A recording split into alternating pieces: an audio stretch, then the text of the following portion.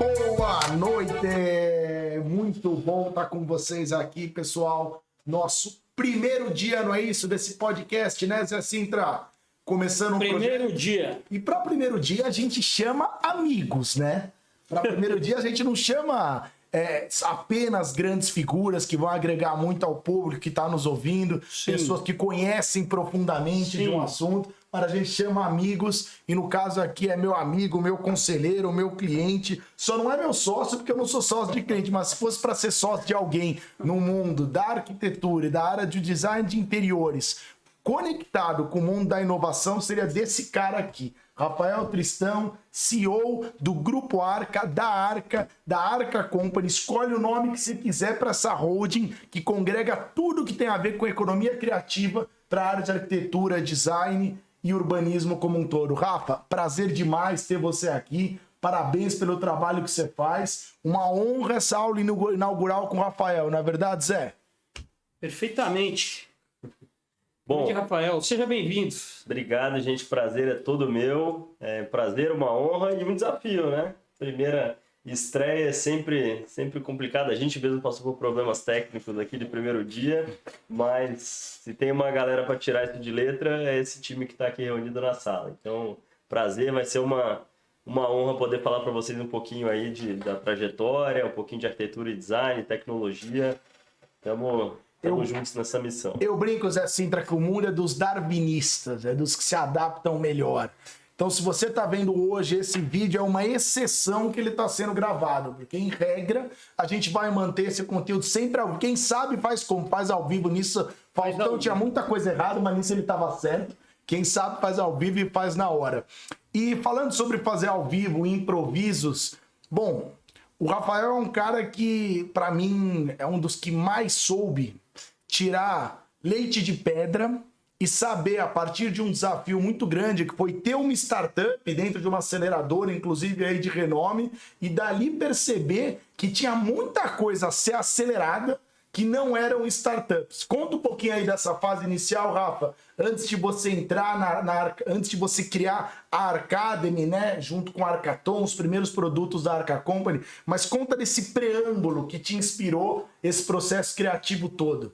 Legal. Eu acho que é importante dizer que eu, pelo menos, acredito muito que não há essa dissociação da vida pessoal e profissional, e a minha história acaba que é praticamente um exemplo vivo disso daí, né? Então, tudo que eu faço hoje, ou tudo que eu construí hoje, ou que estou construindo, né? Acho que é uma eterna construção, tem muito a ver com a minha criação, com as minhas vivências, minhas experiências, e posso dizer que tive, acho que, muita sorte de conseguir materializar essas experiências todas em um negócio, vários negócios, eu diria, dentro da Arca, né, do ecossistema que a gente criou. E sim, realmente é o que você falou, né? Assim, desde que eu vim para São Paulo, minha primeira startup, sendo sócio minoritário de uma startup em 2013 ainda, ali no início desse movimento que a gente vê hoje já muito maduro, assim, é outra coisa.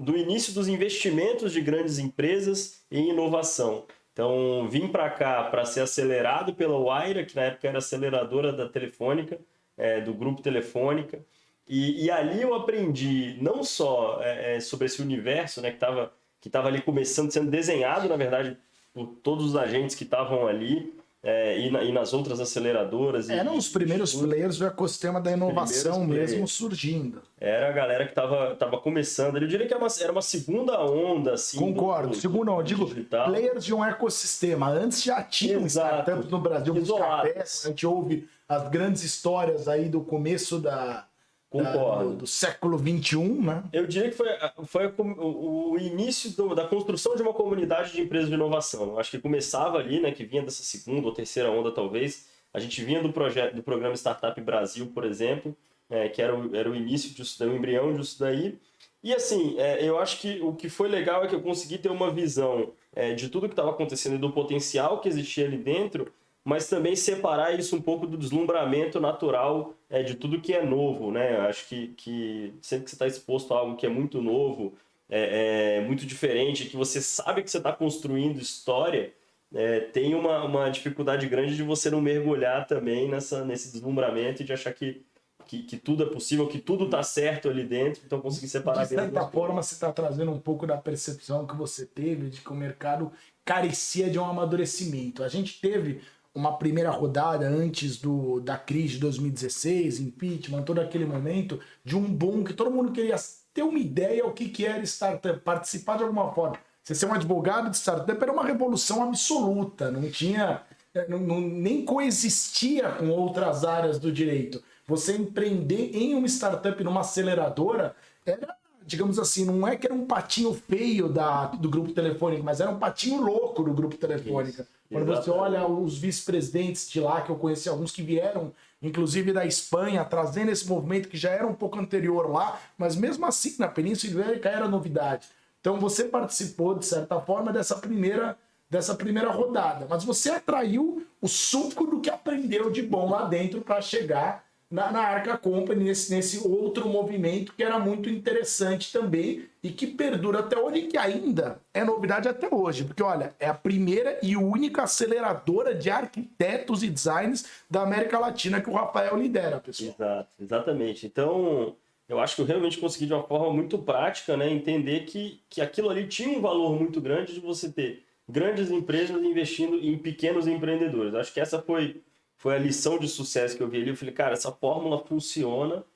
Agora, não é para qualquer mercado. Não é qualquer mercado que tem essa percepção de que... As empresas grandes têm essa percepção de que o pequeno empreendedor é peça-chave do desenvolvimento da companhia. Eu acho que hoje até isso é um pouco mais óbvio.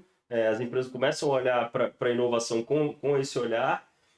Mas, na época, as startups foram disruptivas nesse ponto também, de conseguir atrair a atenção e o financiamento de grandes empresas. E aí, a partir da minha experiência ali, assim, logo que eu mudei, né, de área, digamos assim, de focar trazer essa visão de tecnologia para o mercado de arquitetura e design, eu percebi que ele era um mercado também com essas características, porque era um mercado predominantemente de pequenos escritórios, era um mercado pulverizado. Então, você tinha ali um volume grande de profissionais autônomos ou de escritórios até 7 pessoas e que representavam 75%, 80% do faturamento do setor. Então, vendo essa característica e entendendo que era um setor de grandes empresas, grandes indústrias, falei, cara, por que não trazer essa mesma abordagem? Né? Por que não a gente criar uma ferramenta, uma forma de grandes empresas investirem no crescimento desses pequenos empreendedores, porque isso naturalmente vai voltar como crescimento de mercado. Então, realmente foi uma forma um pouco mais analítica assim, de observar o que acontecia no ecossistema de startups e tentar refletir isso para um outro. E olha que interessante, né? A gente teve esse ano o segundo encontro, o segundo Venture Corporate Summit aqui em São Paulo. Foi um movimento lá na Anshan.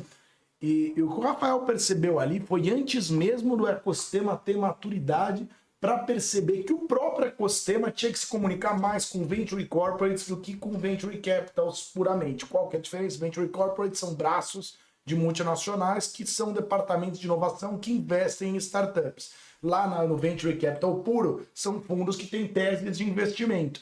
O Rafael percebeu que esse movimento já era inerente naquela época e que se aplicava para um outro setor que não era necessariamente inovação puramente, apesar de tudo ser economia criativa. Se aí de casa que está vendo, economia criativa é uma amplitude muito grande, mas vai de arquitetura e design até o que a gente está produzindo aqui no podcast. Isso aí é bom você falar, porque as pessoas confundem um pouco o que é economia criativa. Eu já fiz, acho que uns 4 ou 5 podcasts sobre economia criativa e com pessoas completamente diferentes, com mercados completamente diferentes, as pessoas comem o que é, afinal, a economia criativa.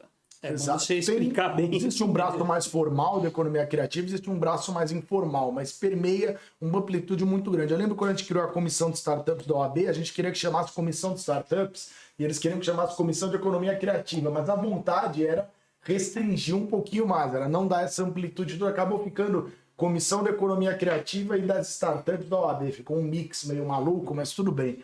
O ponto, Rafa, era como você viu isso, que todo o processo de economia criativa, de alguma forma, permitia uma conexão das marcas com pessoas em pequenas empresas que tinham uma demanda por conhecimento para muito além do core business dela, que eu acho que é muito o que a Arcade me entrega também. Eu acho que eu vou até além, assim, me aprofundando, eu concordo com isso que vocês falaram, e isso, na verdade, essa definição é uma dificuldade inerente a qualquer startup, porque eu diria que, inclusive, há uma confusão entre a definição de tecnologia, que muita gente associa tecnologia à programação.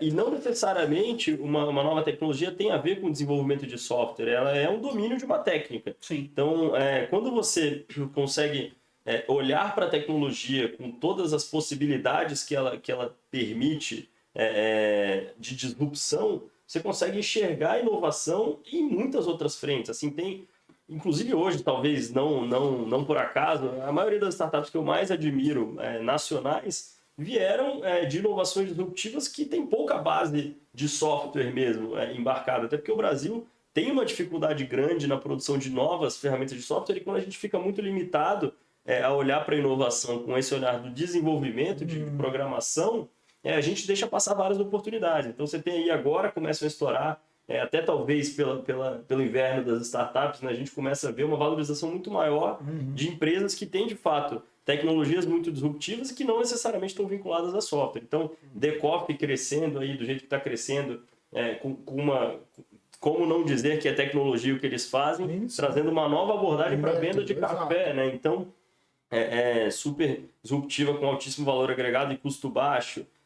Você tem outras, o Mercado Livre, com o tamanho que está, que, cara, no fundo, o que ele trouxe não foi uma grande tecnologia disruptiva, é um e-commerce, mas que aliou uma maneira de fazer a logística, a venda, tudo aquilo ali realmente a inovação que eles trouxeram para o mercado. E no caso deles, vale até citar, tem que tirar o chapéu para o que eles conseguiram criar lá em nível de controle de informação. Hoje o Mercado Livre tem um projeto chamado PPPI, que é o Programa de Proteção à Propriedade Intelectual, que a gente sabe de pirataria, eu tenho vários cases que eu já vivi disso, é brutal. Só que eles conseguem desenvolver um controle interno que eles reagem muito rápido.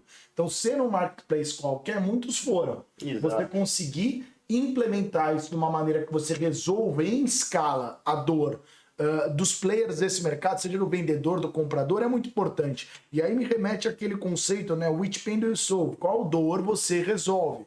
Sim. A gente visualiza, eu tenho uma startup da beleza, que é a perspectiva de uns poucos setores que vai crescer esse ano, com certeza, que cresce todo, que eu admiro muito, que é o pessoal da AVEC. Esse pessoal criou um software de salões de beleza que fazia agendamento. Estava indo muito bem, mas eles explodiram quando começaram a viabilizar a parte financeira, de gestão, da parte que é do cabeleireiro, da parte que é do salão, baseada numa lei que surgiu na época. Eu fui um dos advogados que ajudou a estruturar a legislação, que era a lei do salão parceiro. E quando você olha, você fala, Rodrigo, mas espera aí, já existiu o software. Por que eles cresceram tanto depois? Porque existiu uma realidade de mercado. Uma realidade não existia a cultura, não havia existia o software. Exato. Tem que existir a cultura por parte de quem usa o serviço. Exato. E para você implementar uma cultura a partir de uma legislação é muito difícil. Então você tem que ter tido uma cultura que era a cultura desse setor, que era a parte de dividir o pagamento de salão com o profissional, só que não tinha uma lei que empurrasse para isso acontecer. O que eu acho, Rafael, e às vezes entrando em temáticas que muitas vezes permeiam o nosso dia a dia, é que muita coisa que surgiu acabou não vingando no Brasil, porque realmente o ambiente de negócio e a segurança jurídica era muito baixa. Eu vejo um exemplo de um cara que eu admiro muito, que eu vou trazer em alguns podcasts, que é o Bill Cross. O Bill Cross falava muito sobre a necessidade do timing. A gente falou de problemas no YouTube antes de entrar aqui na nossa gravação. Na verdade, ele investiu no que viria a ser o YouTube 2 anos antes de ter uma plataforma que você poderia acessar um vídeo através da internet apenas clicando no início do vídeo. Você tinha que colocar uma senha, na verdade, para ter acesso antes do surgimento do YouTube. Ele colocou lá 10 milhões de dólares. O número que ele diz é 10 milhões de dólares americanos. Depois ele coloca 1 milhão no YouTube. E o YouTube deu muito certo, ele recuperou mais de 100 milhões com esse movimento. Então o timing é um movimento muito complicado. Qual dor você resolve e se estão percebendo que existe a dor. Porque implementar a cultura, perceber que existe a dor, e aí, remetendo ao trabalho do Rafael, de todos os meus parceiros, talvez seja um de negócio daqui na Narras, talvez seja um dos que eu mais olho e falo, cara, como é que aquela marca não percebeu o valor ativo, o valor evidente de ter acesso a essa base de profissionais? Como isso é um ganha-ganha. Porque a cultura de abordagem do marketing, da publicidade no Brasil, às vezes não é através de aceleradoras desses jovens talentos. Conta um pouco mais, Rafa, dos produtos da Arca Company, que eu acho que é óbvio. Eu queria inclusive te perguntar do ponto de vista prático. Por exemplo, vamos para a prática. Lógico. Existem hoje, acredito, muitas aceleradoras, mas existem muitas startups de arquitetura, ligadas à arquitetura. Mas quando você fala em arquitetura, você pode estar falando em design de interiores, você pode estar falando em projeto de um prédio, eu vou falar de forma bem popular, porque né, todo tipo de pessoa vai assistir, não só necessariamente quem trabalha com isso, quem atua, exatamente. Então, é muito amplo. A arquitetura, do ponto de vista de mercado e de aplicação, é muito amplo. Não é? Assim, aonde entra uma startup de arquitetura? O que startups de arquitetura podem ser, são e podem fazer de diferente de um escritório normal de arquitetura, por exemplo? Tá bom. Para as pessoas entenderem mais ou menos o que a gente está falando. Né? Não, essa pergunta é muito boa, é uma dúvida que eu sempre tenho que responder mesmo. Pois é. A arquitetura é muito amplo, mas a gente foca muito na arquitetura de interiores mesmo, que está dentro dela você tem design de interiores e até a palavra interiores eu acho uma palavra ruim, assim, porque ela é de difícil entendimento, mas ela significa basicamente espaços de convívio humano. Então, é a formatação e o desenvolvimento de espaços de convívio humano. Então, isso envolve desde da cadeira que você está sentado até a tinta que está influenciando na sua sensação de bem-estar. Então, tudo que envolve a construção e a formatação desse ambiente é o trabalho de um arquiteto de interiores ou de um designer de interiores. Então, o nosso foco principal é trabalhar a arquitetura a partir da arquitetura de interiores, mas, obviamente, isso vai aumentando de escala, passa para o real estate, arquitetura imobiliária, edificações e urbanismo. Então, isso completa o universo da arquitetura. E aí, quando você me pergunta o que existem de startups, né, basicamente, para esse mercado, são muitas, mas assim, acho que dá para a gente clusterizar em dois tipos diferentes. Startups que se propõem a substituir tecnologicamente o trabalho dos arquitetos, e aí existem várias, são, por exemplo, plataformas de desenvolvimento de projetos online, ou de agilidade na hora de desenvolver o projeto, ou de conexão entre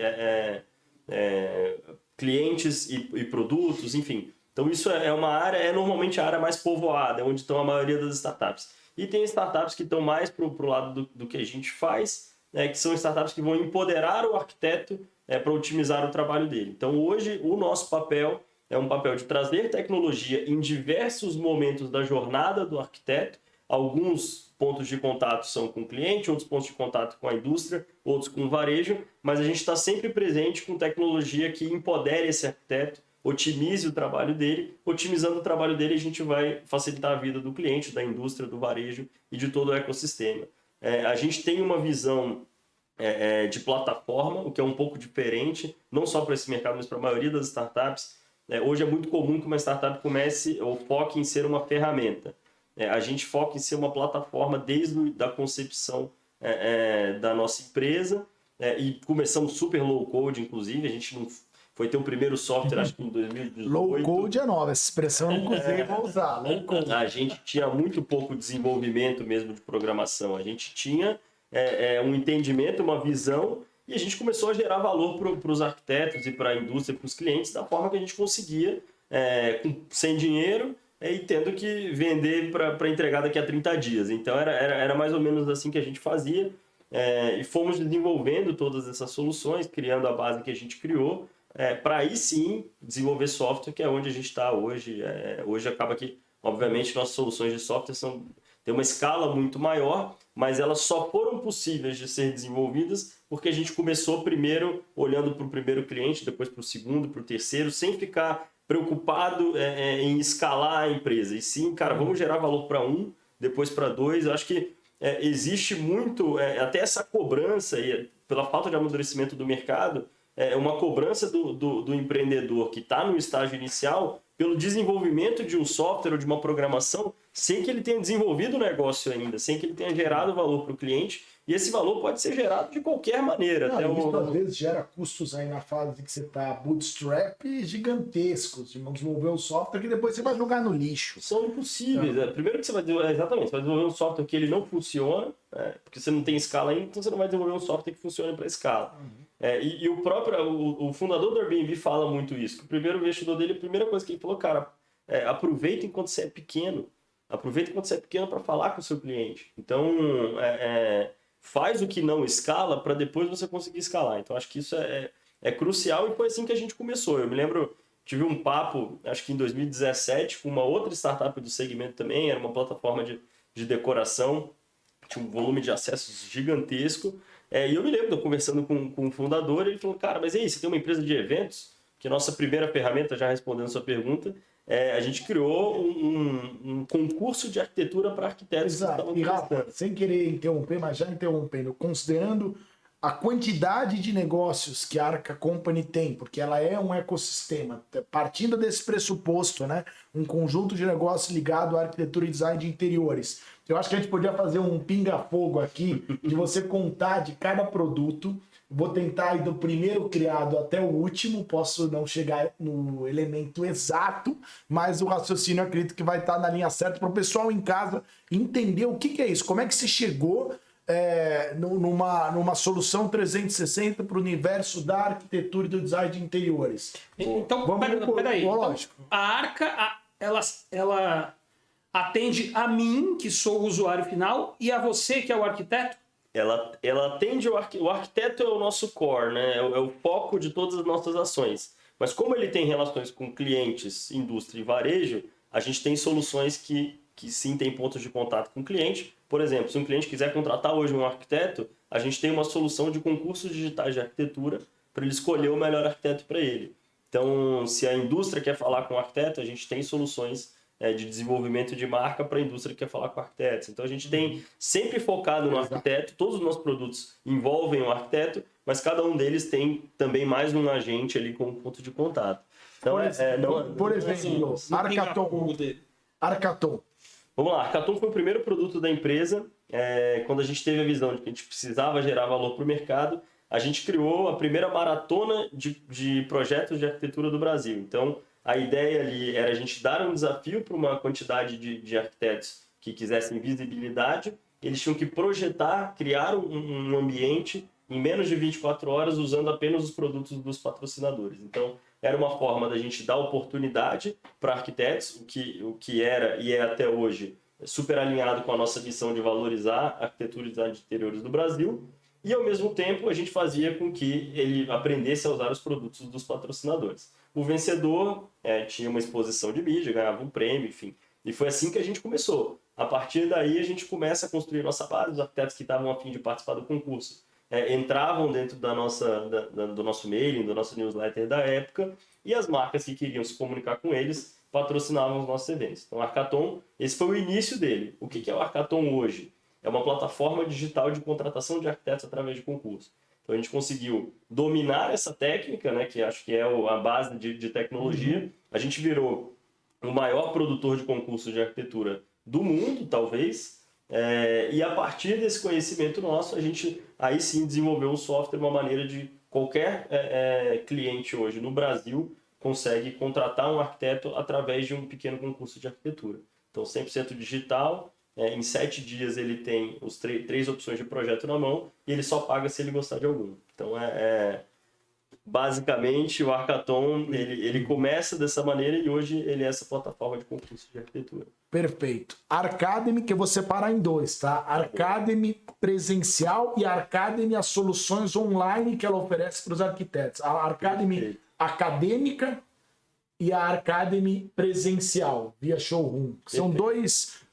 É o mesmo produto, mas eu já vou bifurcar aqui. Fica no pinga-fogo. Primeiro explica o que é fisicamente a Arcademy. Bem old fashion. Boa. A Arcademy é a nossa aceleradora de escritório de arquitetura e design de interiores, online e offline. Ela surgiu a partir do nosso entendimento do crescimento de um escritório. Então, com os hackathons a gente recebia muitos escritórios que estavam começando, mas ele era um evento, ele era pontual, ele era num momento único. A gente falou, cara, como é que a gente desenvolve agora, como é que a gente cria uma maneira de dar um desenvolvimento perene para esses escritórios que estão querendo crescer, né, que estão querendo superar os desafios do crescimento.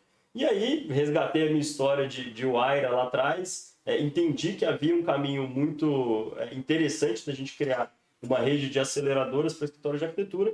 E aí a gente partiu no início ainda, ali 2018, né, que foi a primeira aceleradora.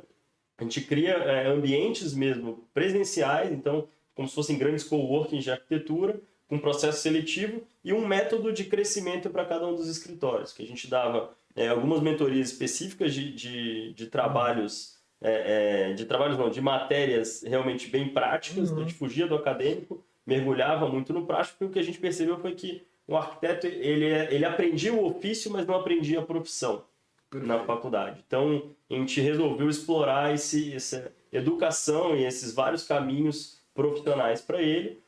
Foi um crescimento gigantesco que nos permitiu, inclusive, criar um ambiente digital de ensino também. Então, hoje a gente tem a Academy online, que é aí sem barreiras, né? A gente tem milhares de pequenos e médios escritórios de arquitetura que participam dos processos.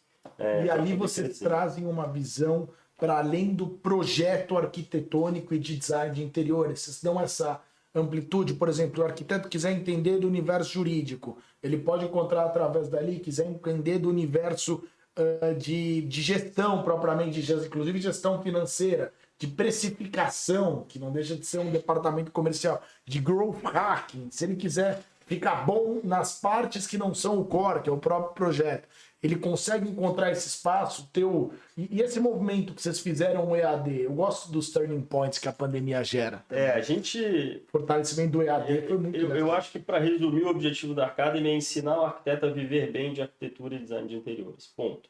Então, o viver bem para cada um vai ser uma coisa. E a gente tem soluções, ou cases, ou benchmarks para tudo que ele precisar, sempre, né, voltado mesmo a negócios, né, a profissão. Às vezes, o que está faltando para ele crescer é encaixar a felicidade dele no dia a dia. São coisas assim. A gente fala muito do poder do bom dia lá. Então, tem gente que só de entrar na Academy, de poder ir todo dia para aquele ambiente físico e dar bom dia para as outras pessoas, sair digamos que da solidão da profissão, só isso daí já é suficiente para fazer o cara crescer muito. Então, basicamente, são poder soluções para skills, né? Exato, soluções para viver bem de arquitetura. É isso aí. Bom, a pandemia acabou mudando completamente o negócio, né? A gente vinha numa expansão, inclusive a gente tinha já 4 aceleradoras, a gente estava com 2 em São Paulo, Brasília e Curitiba, e estava abrindo Campo Grande, Santos, Porto Alegre, Florianópolis, estava um super processo de expansão. Gente, é tudo verdade, eu vi os contratos, o Apocalipse veio mesmo, e mesmo assim eles atravessaram o Apocalipse e estão aqui firme e forte, senhores. Foi uma loucura, assim, a gente teve que mudar tudo, encerrou o plano de expansão física, que a gente até pretende retomar, e focou no digital.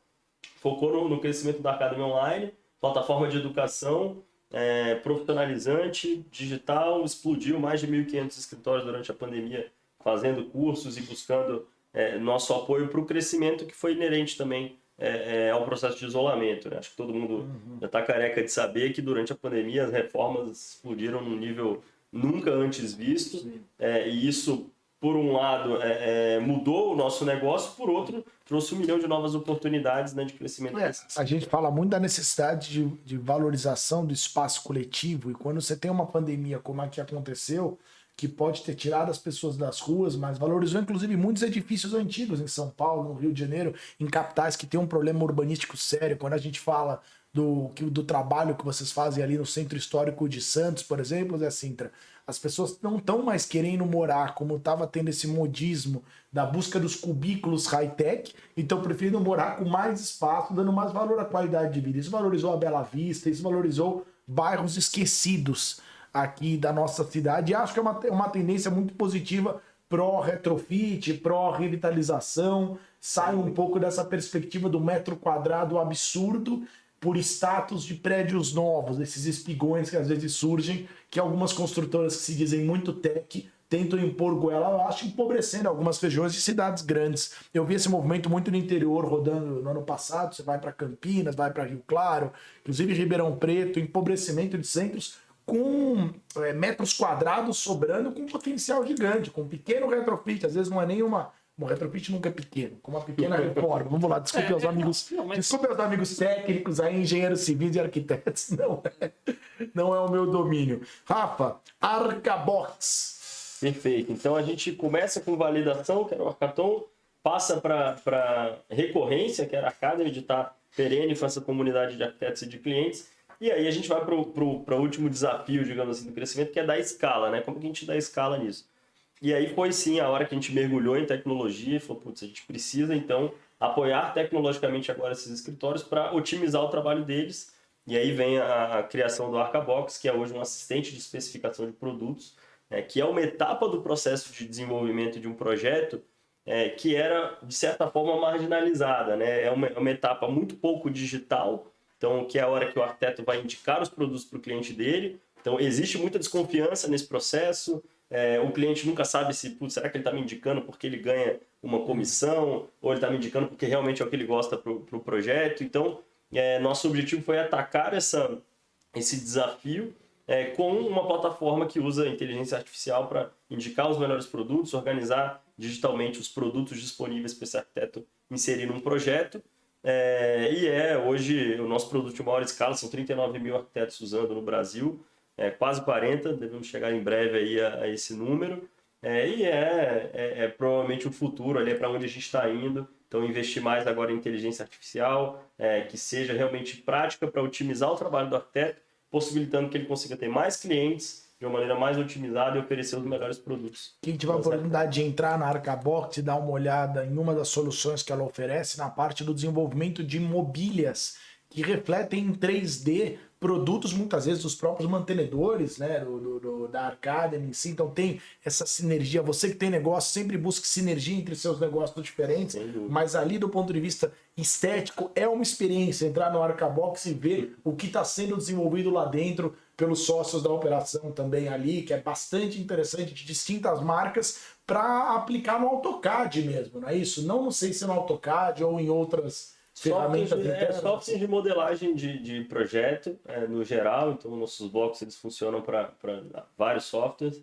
E é isso, a gente consegue ter um entendimento do mercado muito prático. Quais marcas que estão lá dentro hoje? Hoje são mais de 130 marcas, mas acho que os principais clientes ali, Electrolux, Souvenir, Docol, são grandes clientes, Granos, clientes que estão ali em áreas mais comuns, Porto Belo, enfim.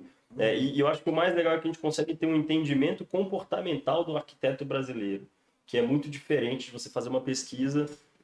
O poder do Big Data. Exato, ou perguntar o que ele gostaria, né, de fazer. A gente consegue ver o que eles de fato estão fazendo, as diferenças regionais. Então, quando eu pego, por exemplo, os produtos mais usados na Baixada, eles são significativamente diferentes de produtos usados na capital, que demonstra o perfil cultural das pessoas que estão vivendo ali, né? A casa das pessoas. E também durabilidade, tudo isso. Durabilidade. De lá, eu sei o que é uma maresia, comendo tudo. Isso mesmo. Brincadeira. É isso mesmo. E a ideia é ajudar, inclusive, os profissionais e os clientes para que eles consigam entender quais são os melhores produtos para aquela região. Eu acho que você tocou num ponto muito importante. Todas as pesquisas que a gente faz, a gente fez teve um papo com um projeto com o Google no ano passado para entender essa mudança de comportamento de consumo de produtos de casa no pós-pandemia, e a gente vê que há uma supervalorização hoje da durabilidade de produtos. Por mais que tenha um consumo muito mais recorrente de troca de produtos hoje para casa, as pessoas também se importam em trocar por opção e não por necessidade. Então, são coisas que às vezes você olha num primeiro momento que poderiam ser antagônicas, mas não, elas ainda estão buscando muito a durabilidade para poder escolher a hora de trocar. Até pela economia circular. E é outra pressão atmosférica, é outra umidade relativa. O cara no dia a dia se veste de outro jeito, mora lá. E, inclusive, ele vai para o escritório com uma roupa diferente da que a gente usa aqui em São Paulo. Entendeu? Então, isso faz toda a diferença. Não, isso que você falou é muito relevante, porque você tem um ponto de inflexão significativo no comportamento de consumo de arquitetura de interiores, que são os fundos de live, né? Fundo de call, fundo de câmera. Então, hoje você faz uma reunião a partir da sua casa. E você quer que o fundo da sua casa reflita o que você é. Então, ou que pelo menos a mensagem que você quer passar, né? Não sei exatamente se é o que você é. Então, isso é crucial, a arquitetura se torna crucial na comunicação. Então, as pessoas hoje conversam através de arquitetura também. É muito interessante porque cada cidade consegue contar a própria história de uma forma, né? São Paulo, nossa capital aqui, carece de um museu que conte direito a história da cidade. Santos, o Museu do Café, também não cumpre isso detalhadamente, mas agrega a história em si da Baixada. E no Museu da Cidade de Nova York, um dos pontos mais ricos que eu considero desse museu é que ele conta uma transição de quando as pessoas param de trabalhar onde elas residem. Mais ou menos no século XVIII, final do século... Não, mais ou menos não. No final do século XVIII, começam os primeiros movimentos para as pessoas não trabalharem literalmente onde elas residem, e elas pegam lá as carroças e atravessam para dentro da ilha de Manhattan, 20 quilômetros não, mas muito menos, mas enfim, que seja 10 quilômetros para outra ponta da ilha, por uma questão estratégica. Era mais gostoso habitar no norte do que no sul, por questão de ventos e outras variáveis.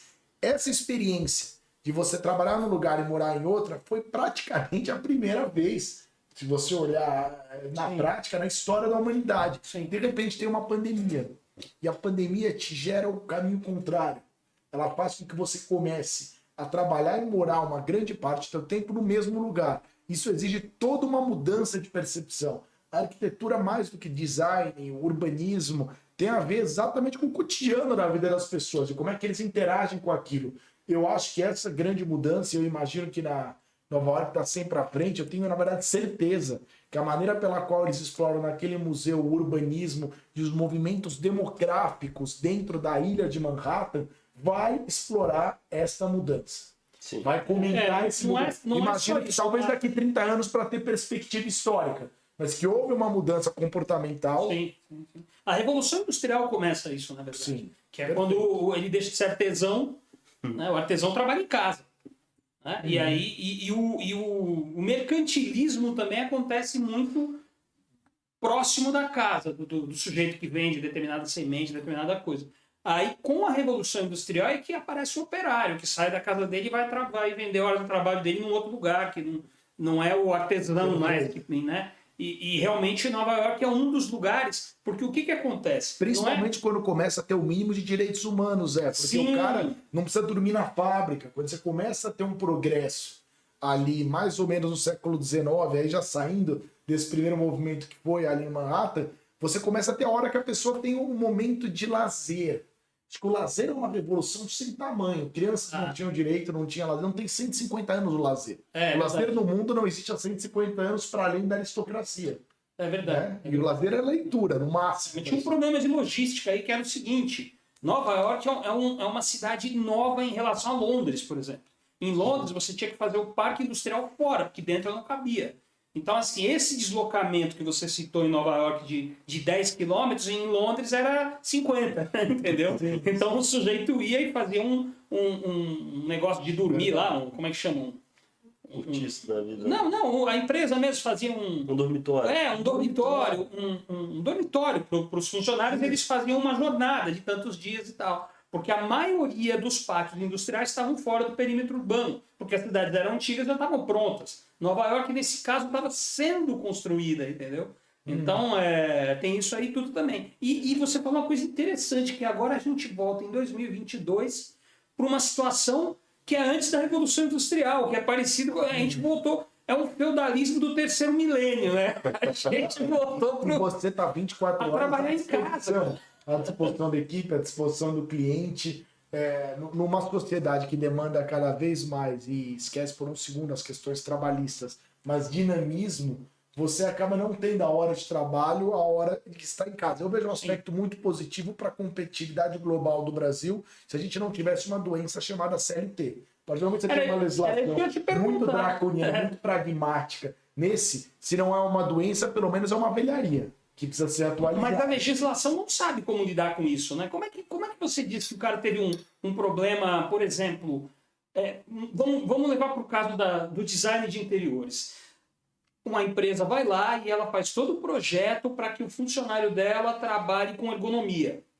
Aí o que acontece? Vem a pandemia, o sujeito vai trabalhar em casa. Em casa ele vai usar uma cadeira que não está pensando na ergonomia nem no negócio. E aí o cara vai ficar... Os sindicatos fizeram barulho suficiente sobre isso e todas as grandes empresas tiveram que dar a cadeira. Porque o sujeito vai ficar com um problema de um acidente de trabalho, não um acidente, mas uma situação de trabalho que não está prevista, né? E como é que a legislação lida com isso? Não, mas você está na sua casa, não, foi na minha casa, mas a culpa é sua. É complexo. Já construiu um entendimento nesse sentido de dar um padrão.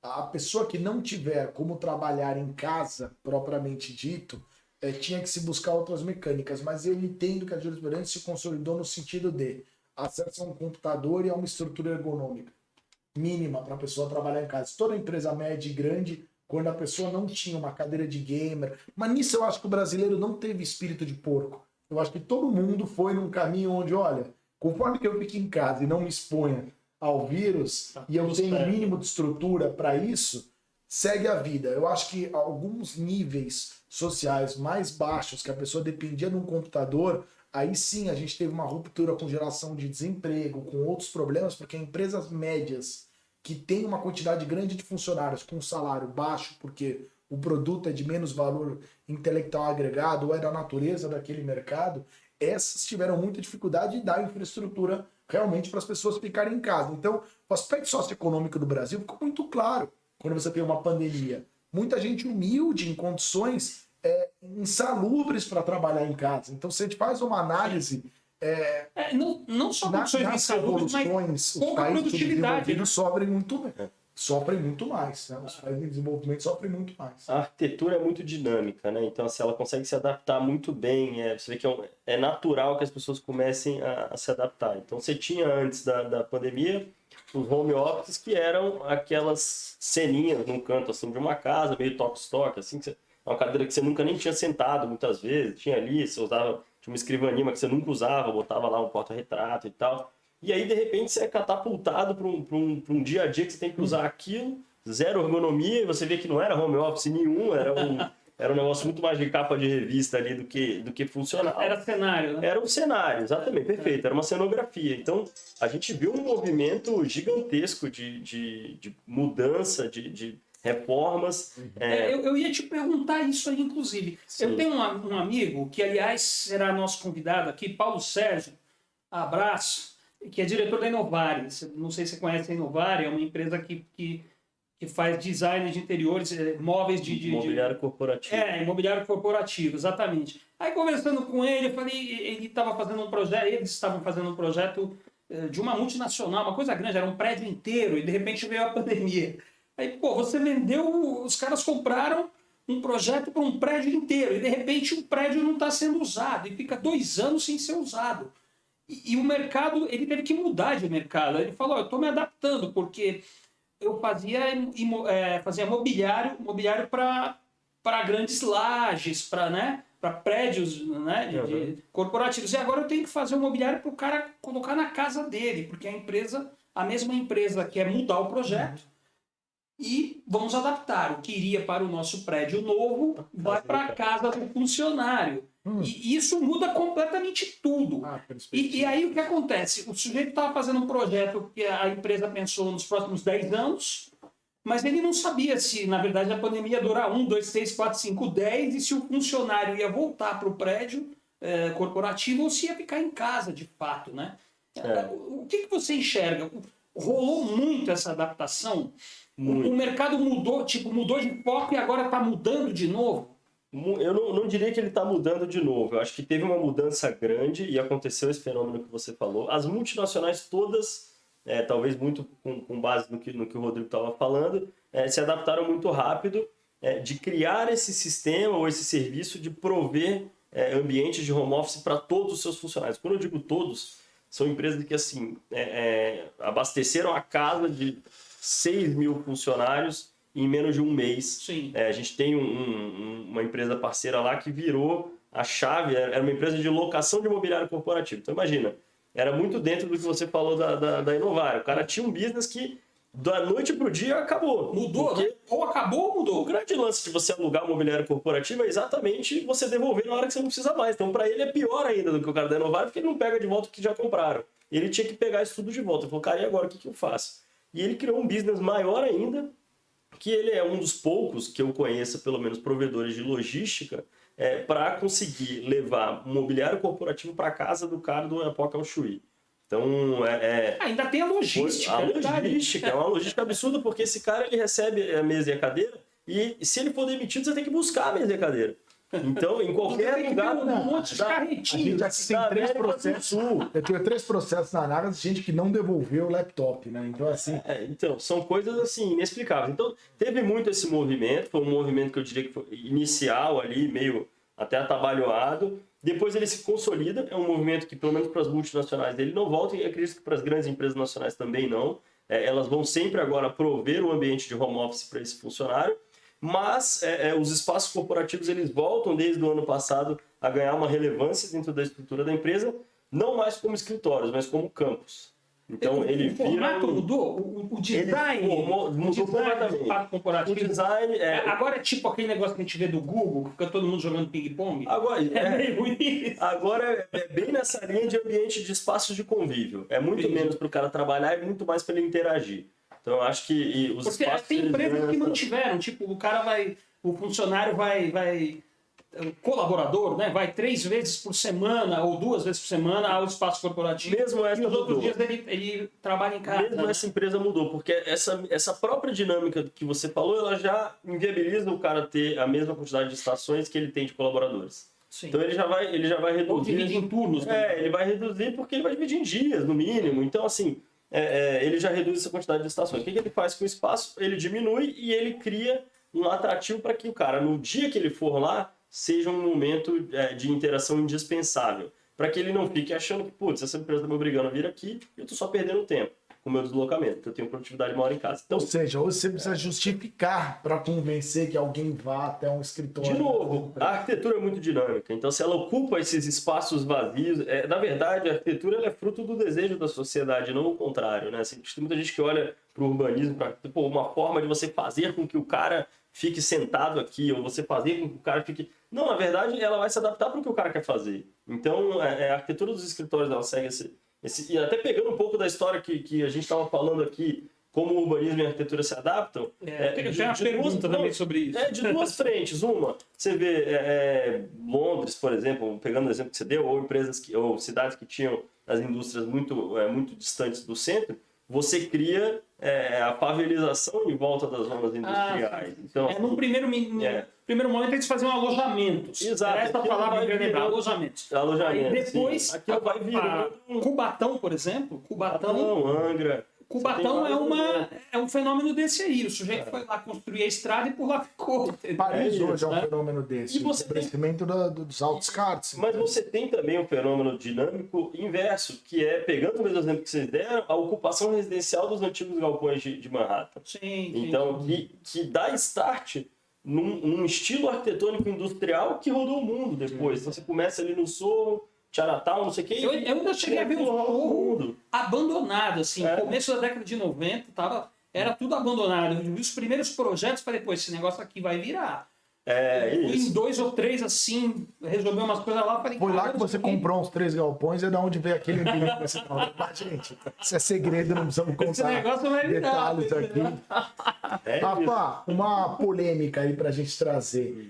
RT, a gente teve muito acesso ao longo tanto na Baixada, conhecemos muita gente bacana, de movimentos ligados à arquitetura. Eu conheci a turma da Rede Conceito, a gente conheceu outros movimentos ligados a arquitetos que permeiam o mundo da Casa Cor, que é um mundo que você também conhece muito, esse universo, e cada um tem uma opinião sobre essa matéria. A gente aqui tem uma vertente, eu e o Zé, mas de sempre ir pelo caminho da liberdade. Deixa as pessoas se organizarem entre elas. E eu fui eu sou um dos advogados do Estado interferindo menos e atrapalhando. Eu sou um dos advogados que ajudou a regulamentar a legislação, que deu mais espaço para os designers de interiores e para os paisagistas. São 2 leis que os arquitetos, pelo menos o Conselho de Arquitetura e Urbanismo não gostou muito, mas que o espírito era dar mais espaço para esses profissionais. Foi através até do deputado federal Ricardo Izar, um abraço para o Rico, se estiver vendo a gente aí, ele levantou essas bandeiras, e ele sempre também bateu na bandeira da RT, que é um tema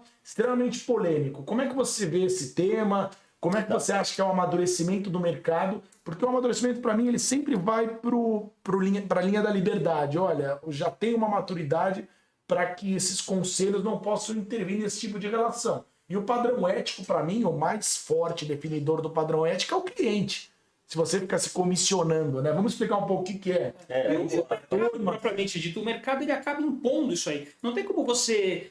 mas a categoria que é assim, mas não tem como você legislar e querer ir contra a tendência do mercado. Não tem muito como fazer isso. Então essa liberdade que a gente defende a você é porque a gente entende, eu acredito que o mercado ele vai se moldando, ele vai dizendo para onde ele quer ir. A lei tem que vir depois do mercado. E quanto menos o Estado intervir nisso, né? A gente sempre fala que nas relações privadas, aquilo que não é proibido é permitido. Nas relações públicas, aquilo que não é permitido é proibido. Ou seja, se não está previsto lei, não está autorizado quando se trata de um agente público. No setor privado, sentido contrário. Então, é interessante marcos regulatórios, que nem teve o marco de saneamento, que é muito, por exemplo, a arquitetura, que é uma pena caso venham a reverter esse marco agora também, mas relativo à RT em si.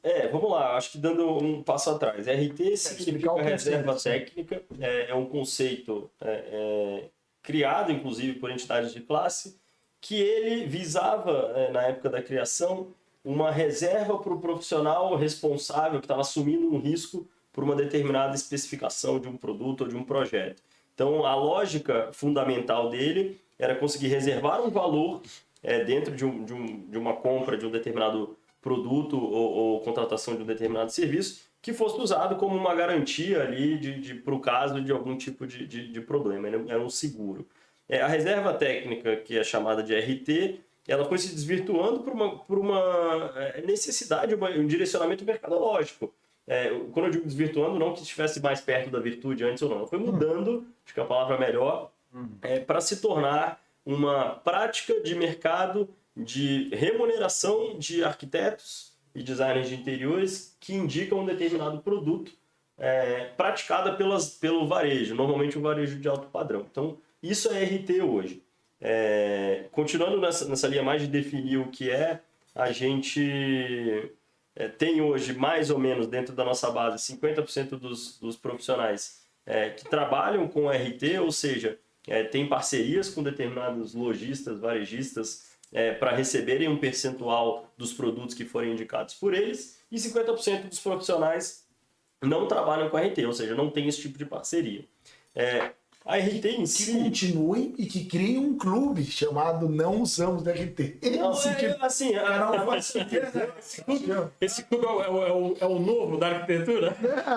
A nossa visão é muito mais no sentido de que, assim, o que a gente espera isso já é uma prática de mercado, isso já funciona dessa maneira. E aí, para finalizar o assunto RT, qual que é o eventual problema da RT?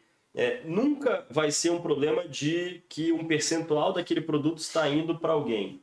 Quando você compra uma mesa por R$1.000, ela vale R$1.000 para você. Se está indo R$100 para o Zé, 200 para o Rodrigo, 300 para mim, isso não faz muita diferença para quem está comprando. O problema é quando você compra uma mesa por R$1.000 e aí você acha que você podia ter pagado 900 se não fosse o Zé.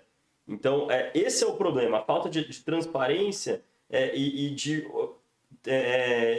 regulamentação do assunto RT. Então, o que a gente acha que é o caminho, é o futuro da RT é a regulamentação. Não a criminalização e nem a liberação total de você fazer em detrimento da transparência com o cliente.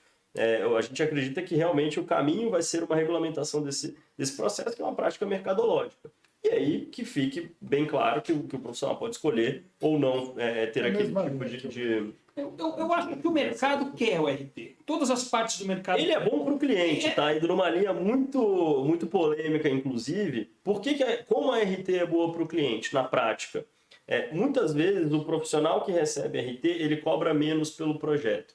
Porque ele está esperando que ele tem uma capacidade de indicação e convencimento, até pela experiência dele, de indicar bons produtos com quem ele tem parceria, e ele já prevê que estatisticamente, por mais que não seja uma receita recorrente, ela é uma receita previsível, porque ele sabe que estatisticamente X% dos produtos que ele indica, o cliente vai acabar comprando, o que, enfim, o próprio cliente decidiu, e aquilo ali vai se reverter num valor para ele. Então ele tem capacidade de cobrar menos pelo projeto e deixar para ganhar isso depois no produto, na RT dos produtos. Então o cliente paga menos antecipado, o arquiteto assume o risco de que ele vai comprar e a decisão daquele pagamento que ele teria que fazer fica a cargo dele, a critério dele nos produtos ali na frente. Então, quando eu falo que ela é boa para o cliente, é porque de fato existe uma relação econômica, até na maioria dos casos, vantajosa para o cliente. O que é o grande...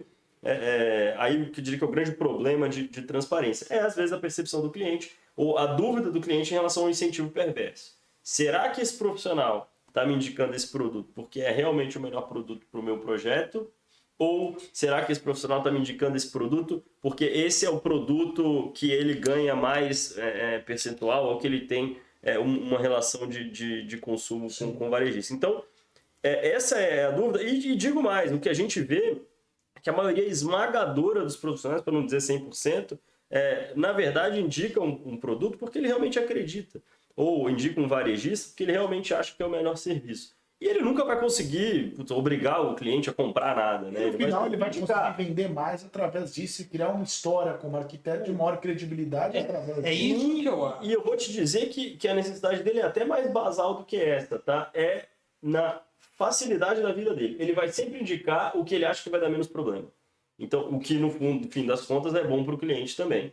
Então, o arquiteto ele vende horas. Então, para ele não tem nada mais valioso do que o tempo dele despendido para organizar, gerenciar, inclusive a entrega de produtos numa obra. Então, se ele te indicou um varejista ou um determinado produto, é porque ele sabe que aquilo ali, no longo prazo, para ele, tem uma chance muito maior de seu projeto ficar bonito, dele ter um bom portfólio, de você receber o produto no prazo, você receber o produto que você queria encomendar, com qualidade, durabilidade e estética. Então, é muito mais valioso isso para ele do que qualquer percentual de curto prazo que ele possa conseguir conquistar naquela... Pegando um gancho do que ele está falando, me lembra muito uma das histórias que eu tinha trazido para hoje, que é a da Burns & Nobles, que eu acabei de publicar no meu Instagram, que ela trata de um processo decisório de uma mudança de CEO, e ela é muito movida por entregar o melhor, independente dos incentivos econômicos. A Burns & Nobles chegou a fechar algumas centenas de lojas na década, principalmente no começo da década passada. Mais ou menos em 2017 ou 2018, eles mudaram de CEO. A Burns & Nobles é uma livraria gigante dos Estados Unidos, conceitual, que tem ali uma quantidade monstruosa, faraônica de opções, que você pode ter acesso a todo tipo de conteúdo em praticamente todos os idiomas que você queira, e com uma quantidade de sessões também monstruosa. Na verdade, são galpões gigantescos. Imagina aquela livraria, quem é daqui de São Paulo, já foi na livraria ali da Paulista, no Conjunto Nacional, a Cultura, aquilo ali é um cantinho da Burns & Nobles em Orlando, por exemplo. E nessa história toda, eles foram trocando, na verdade, de CEO. Foram 2 CEOs antes. O primeiro CEO, ele buscou quais eram as editoras que traziam a melhor margem de resultado entre a compra do livro ou a opção de você armazenar em consignação e a venda. Depois, o segundo falou, não, é patrocínio. Quem são as minhas investidoras? Ou seja, as editoras que pagam para ficar na frente. O terceiro CEO gostava de ler. Simplesmente, ele gostava de ler.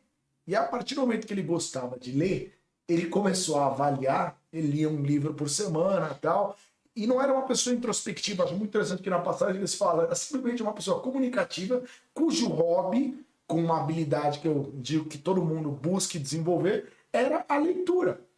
E esse cara que não vinha do mundo dos livros como empresário, ele não tinha sido gestor de uma outra grande livraria, ele falou, por que a gente não coloca nas nossas principais estantes e nas exposições de destaque, que são aquelas mesas centrais que a livraria tem, o que as pessoas mais vão gostar de ler?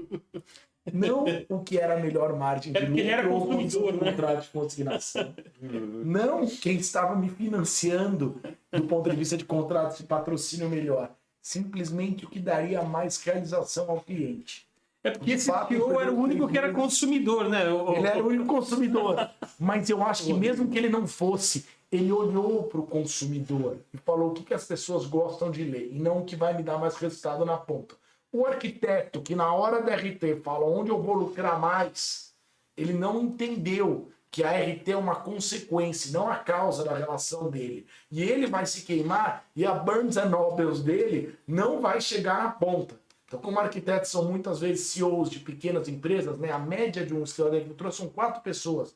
Formação que o Rafael sempre me traz. Então, eu fico com a humilde opinião de siga mais uma filosofia do Back to the Basics. O que as pessoas querem ter acesso? Qual é a tendência do mercado? Qual que é a trend que a gente tem hoje em dia para ler determinado conteúdo? Na prática, para cash flow, fluxo de caixa, às vezes vai ser duro para a tua empresa olhar mais para o cliente, porque ela está viciada no que pinga mais naqueles meses. Mas no médio prazo dá muito mais solidez. Mas eu acho, assim, antes do Rafael, desculpe te cortar que você ia responder, eu acho que isso aí, ô Rodrigo, se reflete em tudo.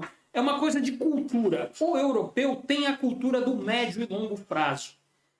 E o que isso quer dizer? Que ele pensa em criar relacionamento e todos os resultados comerciais que ele tiver vêm de relacionamento. Porque, por exemplo, no caso do europeu, a família dele faz pão há 100 anos. Então, há 100 anos, ele se relaciona com o pessoal do bairro fazendo pão. A gente volta naquele artesão lá e tal. Então, essa cultura do relacionamento ela foi criada e cultivada na história da formação daquele povo. O brasileiro já é um povo é um país jovem, digamos assim, né? A gente não tem essa cultura, essa formação cultural nesse sentido de criar relacionamentos longevos. Inspirou muito no modelo americano, que também está se adaptando. Também. Também faz. Aqui também é um país jovem. Sim. Que também é um país jovem. Agora, o que acontece na questão do RT, na questão disso tudo? Eu acredito em relacionamento. Eu sou o cliente. Para mim, não faz diferença se o valor que o... Eu não confundo preço com valor, para começar a conversa. Eu nunca contrato preço. E eu nunca regatei o preço. Porque eu não gosto que façam isso comigo. Porque o meu valor é alto na minha área. Então, assim, o que eu faço? Eu compro valor, como eu vendo valor. Então, se o RT vai formar o orçamento do arquiteto, ou se ele não vai levar o RT, mas vai me cobrar mais, no final vai custar meio que a mesma coisa para mim, com RT ou sem RT. Porque, como disse o Rafael, ou ele vai diminuir no projeto para receber no RT, ou ele vai ter que, porque abre mão do RT, cobrar no projeto. E para mim é indiferente. Agora, eu de fato, você apresentou um dado estatístico, Rafael, né, que é mais viável para o cliente o RT. E eu acho que de fato é mesmo, porque eu compro relacionamento. E eu quero comprar o projeto de determinado arquiteto. Eu quero contratar determinado advogado. Entendeu? Como muitas vezes eu sou contratado e a agência fala, olha, o meu cliente exigiu que fosse você o fotógrafo. Aconteceu isso há uns 15 dias atrás, né? Eu apresentei 3 fotógrafos aqui da agência e o cara disse que quer você. Então eu tô te ligando, não te conheço, mas... Entendeu? Porque ele sabe que você vai cobrar mais caro do que o fotógrafo que eu apresentei para ele, mas ele quer que seja você. Eu falei, beleza, vamos conversar assim. Então eu acredito muito no relacionamento. E eu acho que o RT não vai contra isso. Existe legislação, Rodrigo? Como é que é isso aí? Porque o problema é... Hoje está muito na mão da Cal, né? E eles mesmo, muitas vezes... Não tem eles têm um entendimento por meio de normativas internas de que é irregular. Mas não tem uma legislação Acho que o Código de Defesa do Consumidor é que vai dizer que é regular, é isso ou não? Não. É o próprio Conselho de Administrador que existe um movimento lá mais liberal nesse quesito e eles têm o entendimento de que é uma prática antiética. Mas aí entrar como o conselho hoje vê isso, vai para mais um podcast, mas dá para Deixa dizer eu fazer genericamente. uma pergunta. Se você não quiser, vocês não precisam responder. O grupo que é... Se a gente for fazer uma classificação política, o grupo que é a favor do RT é um pessoal mais da turma aí dos progressistas, que chamam progressistas, o pessoal mais da esquerda, ou é o pessoal mais liberal? Como é que é? Eu acho que segue um pouco, Rafael. Segue um pouco pela natureza dos negócios. Veja, a partir do momento que você entende que uma relação que deveria ser entre 2 pessoas tem que ter uma interferência de um conselho externo que tem o poder divino da definição do que é ético, do que é íntegro e do que é maravilhoso ou não, é uma visão mais estatizante, né? Olhando a partir de uma autarquia que é o conselho. Empoderar o conselho disso. Mas esse pessoal é o contra ou a favor? O pessoal que é contra a regulamentação da RT normalmente é uma visão mais estatizante, eu não diria progressista, estatizante, presença de um agente externo interferindo. Sim, é o mais comum, e os conselhos, acho que não só de arquitetura e design, normalmente tem uma presença mais acadêmica, mais técnica envolvida no corpo diretor.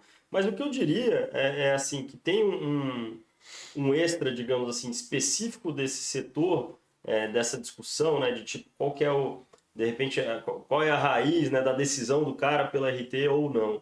Na verdade, são dois pontos. É um setor de baixa recorrência. Então, não é tão clara a relação de relacionamento no faturamento de curto prazo desse profissional. Por quê? O cliente vai fazer uma obra de 7 em 7 anos.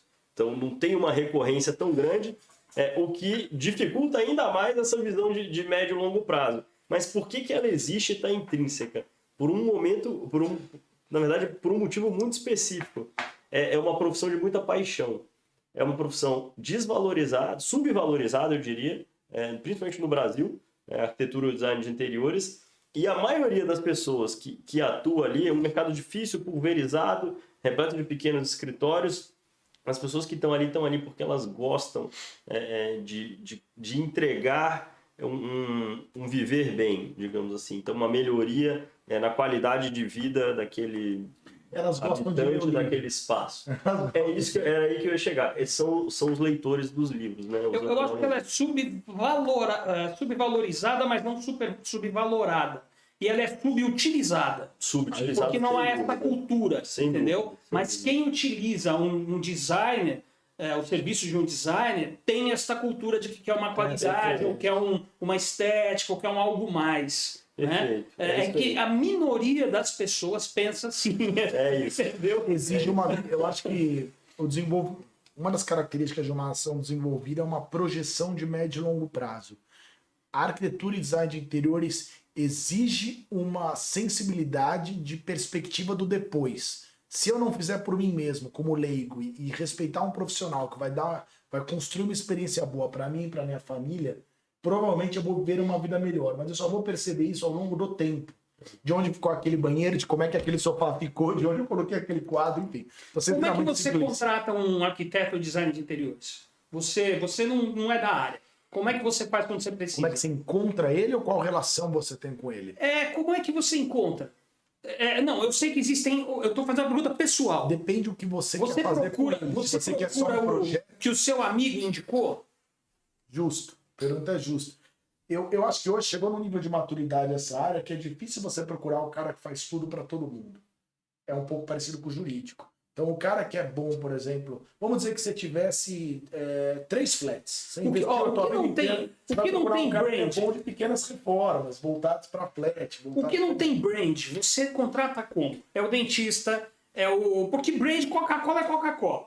Mas o dentista, o advogado, educação. Tem que ficar muito grande. O arquiteto. Mas você está falando do nosso universo, que é o universo do cara que começou no arcade, o universo de escritório. O que eu estou querendo dizer é que relacionamento é tudo.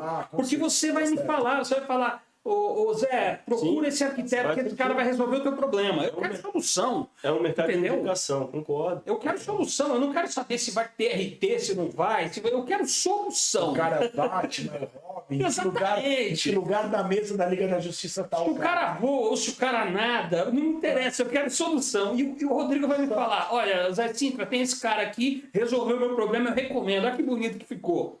Entendeu? A diretoria está falando que daqui a pouco, mais uns 5 minutos, a gente tem que encaminhar a diretoria. Eu ainda tenho duas perguntas. Isso daí acontece. Inclusive, a gente tem... o Arcaton hoje se propõe a resolver esse problema justamente porque esse tipo de profissional você contrata sempre sem saber exatamente o que ele vai te entregar. Então, são profissionais que o serviço é tão customizado para cada caso, e o dentista é um deles, o próprio advogado também, o arquiteto, principalmente, é um deles, que você contrata o cara, ele pode ter um bom portfólio, ele pode ter uma proposta legal, mas você não sabe exatamente o que ele vai te entregar, porque nem ele sabe o que ele vai te entregar.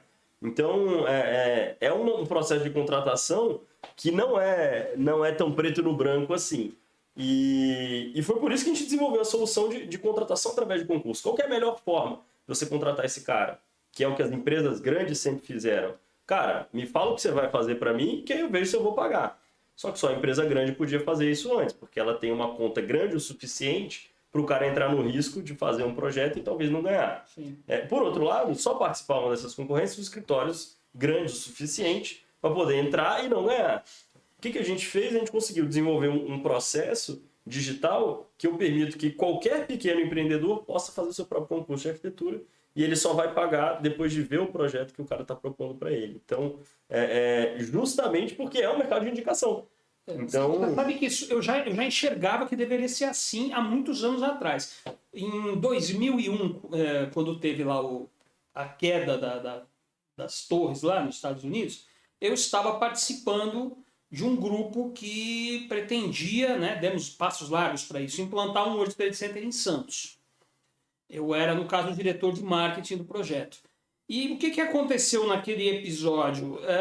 Chegamos à conclusão que deveríamos fazer um concurso. Exatamente por isso. Eu falei, vem cá, a gente vai contratar o escritório XYZ, por quê? Por que esse e não aquele? E como é que eu faço para não me dispor com este meu amigo, que é o maior escritório do Brasil, e com esse meu outro amigo, que é o outro maior escritório do Brasil, entendeu? E aí nós resolvemos o seguinte, vamos fazer um concurso com os estudantes das faculdades de arquitetura, no caso de Santos, porque era em Santos, a FAUS, e o pessoal da USP, da faculdade aqui da USP, que era a FAU. Exatamente enxergando que, primeiro, provavelmente eles teriam ideias que os outros já viciosos do mercado não teriam. Segundo, eles iam querer se dedicar mais para pegar o negócio. E terceiro, realmente não tinha uma ferramenta para você fazer isso que você está dizendo, que hoje a Arca conseguiu desenvolver, entendeu? É o Hackathon, né? Porque vem de hackathon, que eram os hackers que desenvolviam algo em 48 horas. Não que seja exatamente a solução Hackathon, mas ela tem esse produto também. Às vezes vocês fizeram já em Shopping Center, né? Desenvolvimento de projeto em 48 horas. Restaurante no Shopping JK, Shopping Center, escritório do Google, escritório da Lufthansa, vários projetos legais. Projetos também pequenos de vários pequenos empreendedores, e foi essa solução.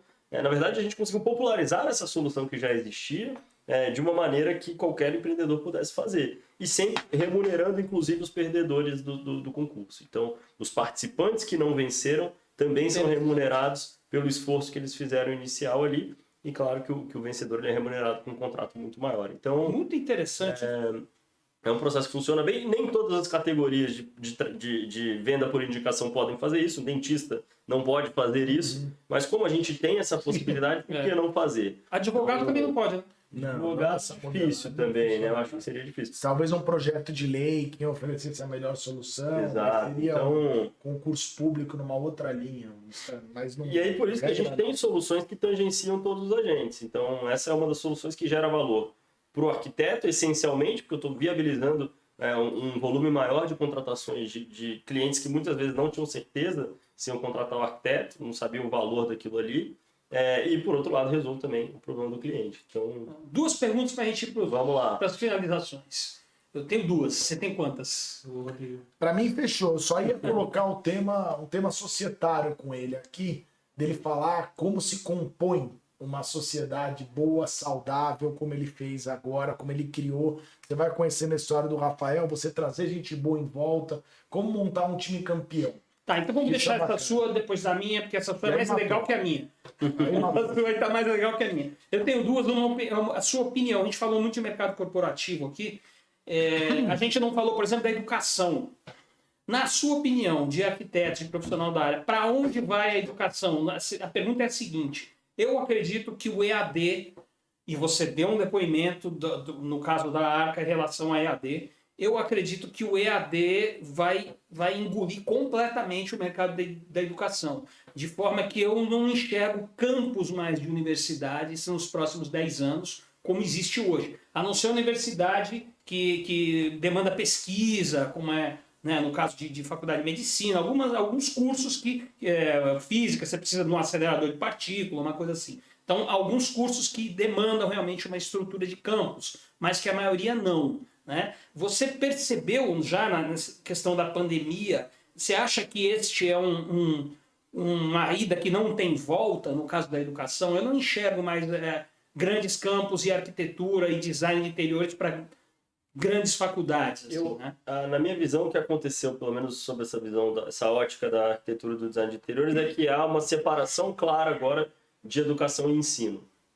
Tá. Então, para o ensino, há uma remotização, digamos assim, muito clara e irreversível dos processos. Só que para a educação, os espaços de convívio humano ainda vão ser essenciais. E isso foi bom, porque agora os ambientes eles vão poder ser moldados especificamente para a educação, e não mais para um híbrido entre educação e ensino, que cria um ambiente pouco eficiente, muitas vezes, pouco eficaz para a parte, de fato, de interação de comportamento, integração social.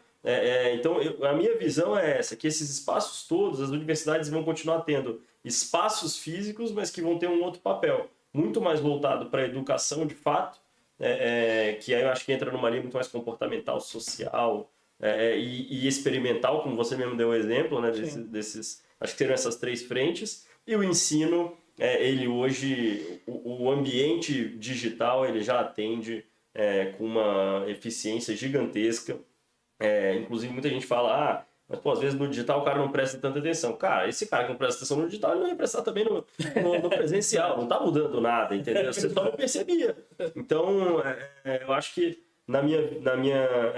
dando uma resposta mais objetiva, eu acho que é isso que vai acontecer em termos de comportamento de espaço. A minha segunda pergunta pode se emendar na do Rodrigo, é a seguinte, estamos em 2023, saindo de uma pandemia, que é uma coisa que mudou muitos conceitos e comportamentos, e também em um cenário econômico e político mundial, que envolve crise, que envolve mudanças, ou seja, né?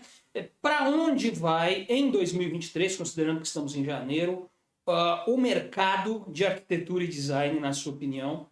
Como é que esse mercado vai se desenvolver esse ano? Onde é que estão os gaps? Onde é que está o bom negócio? Para onde você acha que a coisa vai? E para onde vai a Arca em 2023? Lembrando que você não deve responder para onde vai a indústria da construção civil, porque aí você está falando de um outro, todos sabemos que é um outro universo aqui, mas que aí sim a sazonalidade política, tudo que a gente está visualizando, minha opinião, deve atingir em cheio em 2023 esse mercado, mas que não para a arquitetura e o design, principalmente o design de interiores, né? Isso, eu acho que a arquitetura de edificação é uma coisa. Você finalizou muito bem, assim, que a gente está inserido, como o Zé perguntou no início, né?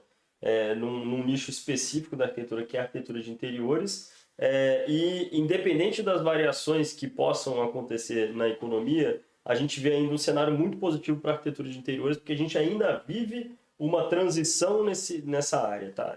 Houve esse boom que eu falei, 2020, 2021, o início de 2021 nunca vai acontecer mais, né? Precisa de outra pandemia para acontecer o que aconteceu então, em termos nunca mais aconteça com de volume de reformas, mas há uma transição dos espaços físicos. A gente acabou falando um pouco disso aqui.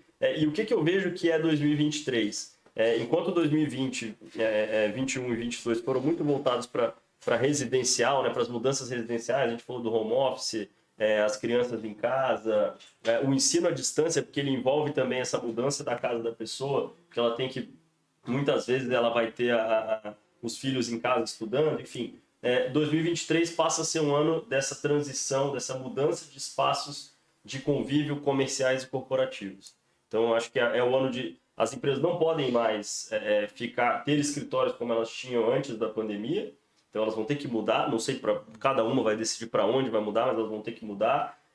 Os ambientes comerciais vão ter que mudar, porque você tem um crescimento do e-commerce gigantesco, que já também parou de crescer, e agora a gente tem o mundo híbrido. E aí? Como é que vai ser sua loja depois disso? Como é que vai ser seu restaurante depois disso? Que você pode, em 3 minutos, você pede a comida de qualquer lugar de São Paulo dentro da sua casa. Então, o que eu imagino para 2023, até para não fugir da pergunta e ser objetivo, um foco muito maior em reformas e projetos de espaços comerciais e corporativos.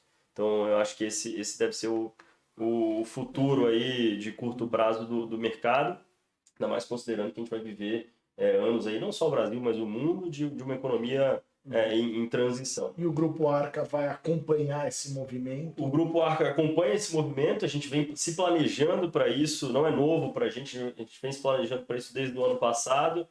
O Arcaton hoje está muito desenhado para atender essas mudanças, então ele é muito focado em pequenos e médios empreendedores que vão precisar fazer projetos corporativos e comerciais.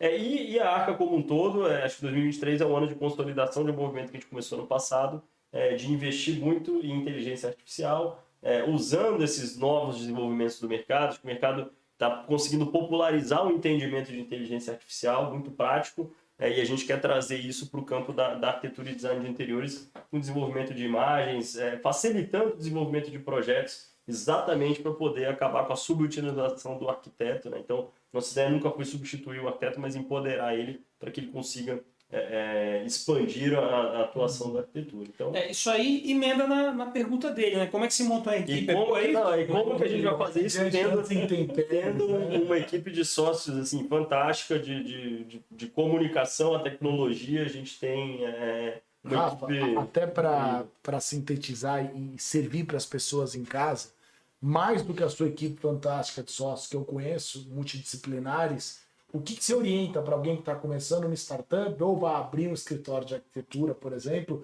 de mais básico do ponto de vista de elementos para a escolha de um sócio, para começar um negócio a 4 mãos ou para desenvolver um negócio que está precisando de mais gente qualificada e envolvida no projeto? Assim, sem dúvida nenhuma, alinhamento, de visão e de comportamento. Às vezes você pode ser muito diferente de uma pessoa, mas vocês vão ter ali um alinhamento na forma de fazer as coisas.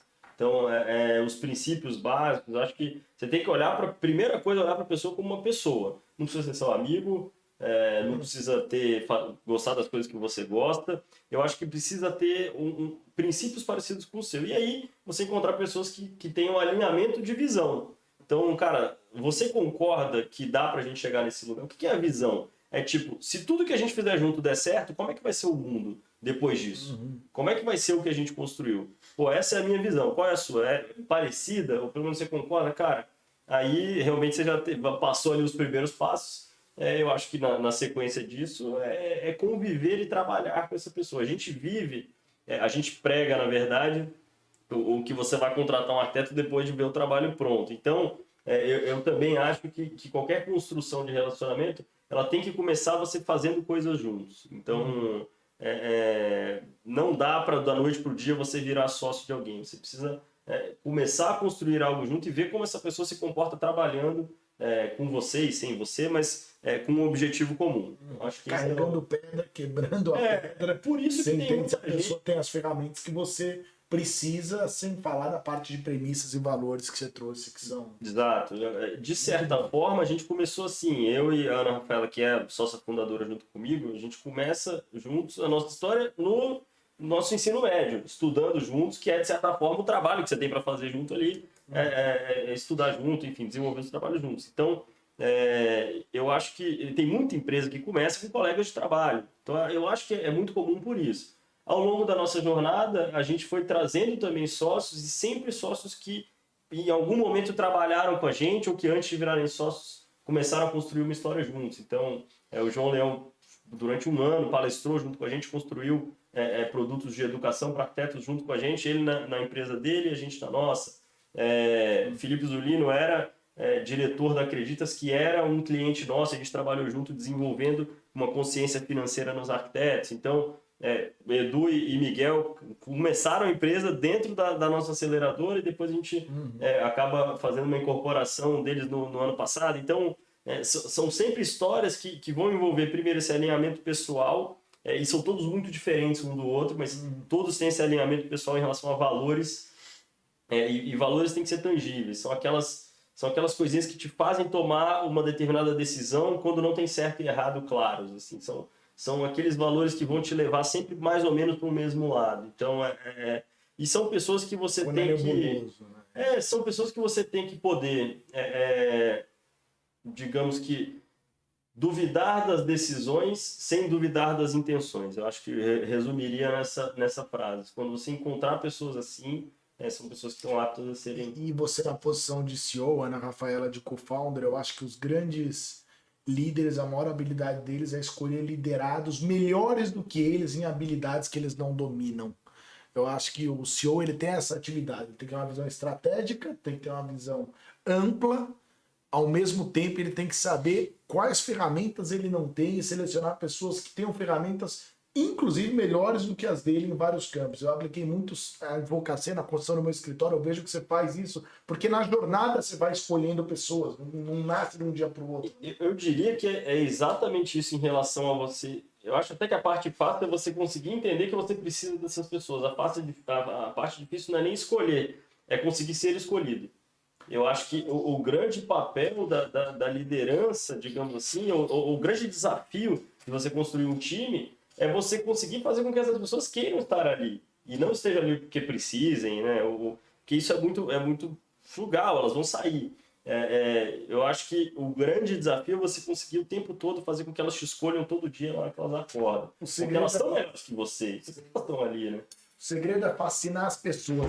Não sei se fascinamos vocês em casa hoje, não era nem a intenção, era só compartilhar algumas percepções nossas sobre esse mercado extraordinário da qual o Rafael está inserido, compartilhar com vocês algo que nasceu aqui na nossa cidade, mas que vem, obviamente, de um espírito de vitória do Espírito Santo, que se a gente não falar assim, que é a Arca, que é o grupo, né? Se a gente não colocar dessa forma, por favor, certo? Que é um dos estados que mais cresce no Brasil. Quem não conhece o Espírito Santo vai para lá, tá acontecendo, foi esquecido muito tempo e agora está sendo muito observado, inclusive na parte de arquitetura também, tem muita coisa surgindo bastante bacana lá.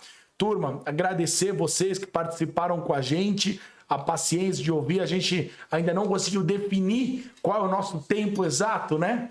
Mas, enfim, o tempo é finito, mas espero que as sensações fruto desse nosso bate-papo hoje perdurem bastante em cada um de vocês que vai ter a oportunidade de assistir o nosso conteúdo. Zé, mais uma vez, obrigado, Rafael. Obrigado pela honra de ter participado conosco aqui. Que seja o primeiro de muitos encontros. Vai retornar em breve, se Deus quiser. Eu que agradeço. Bem-vindos a todos vocês também a esse novo mundo. Eu espero ter trazido uma nova visão da arquitetura e design. E uma vez que vocês entrarem nesse universo, não saem mais. Então, bem-vindos e obrigado por terem ouvido também. É isso aí, pessoal. Recadinho. Clica lá no canal, se inscreve no canal. O canal é novo, acabou de ser aberto. Deixa lá o lembrete ativado para vocês saberem quando a gente começa o programa e serem avisados. Segue no Instagram. Segue no Instagram. Vem com a gente, vem comigo. E é o seguinte, a nossa intenção, né, Rodrigo, é fazer esse programa às terças-feiras, nesse horário das 19h, ao vivo, para vocês poderem participar no chat. O de hoje, esse primeiro foi gravado por questões técnicas, mas os próximos isso já vai estar resolvido. E é isso aí, queria agradecer, Rafael, Rodrigo, você que está assistindo, muito obrigado, tamo junto, é isso. Valeu, boa noite, pessoal.